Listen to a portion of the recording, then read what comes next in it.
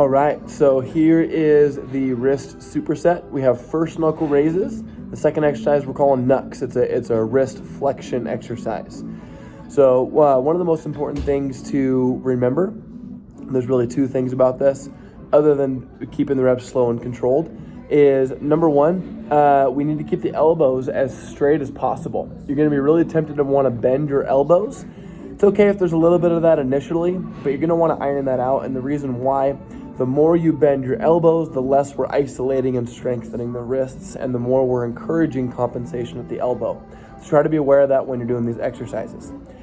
The next thing, the last thing to be aware of, is in both of these exercises, the farther your hands are away from your knees, the harder these exercises get. It's like adding more weight onto a barbell. So you're gonna want to be very careful with that.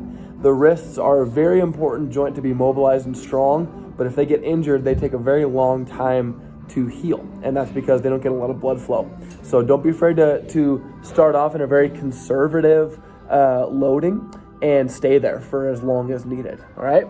So the first exercise is called the first knuckle raise. This is for the flexors of the wrist, okay? For the flexors of the wrist.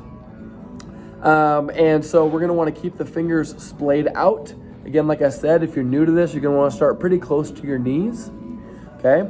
The fingers stay glued to the ground the entire time. We lift the palms up, feel that nice stretch in the hands, and then come down and we just touch the turf or the ground and come right back up. So no plopping on the ground, okay? We're controlling the way down, touch, come right back up. To really help the control, you wanna think about lifting your fingers up on the way down and feeling the top of your forearms contract. So we do 10 reps of that. Then the next one is a stretch for the top of the forearm. This is the knucks. And for the first knuckle raise, again, as you get easier and easier, stronger and stronger, you want to scoot your hands away and have more weight on the wrists.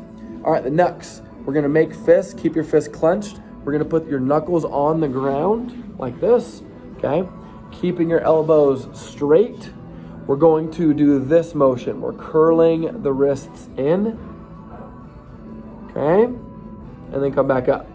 This is going to be very difficult at first if you haven't done a lot of wrist stuff, so maybe yours want to look like this, and that's okay. The important thing is that we're keeping the fists clenched. You're going to be tempted to want to let your hands open up. Don't let that happen. You really want to keep your fists clenched, okay? Feel the contraction on the body of your forearm and the stretch on the top of your forearm. And there's the wrist superset.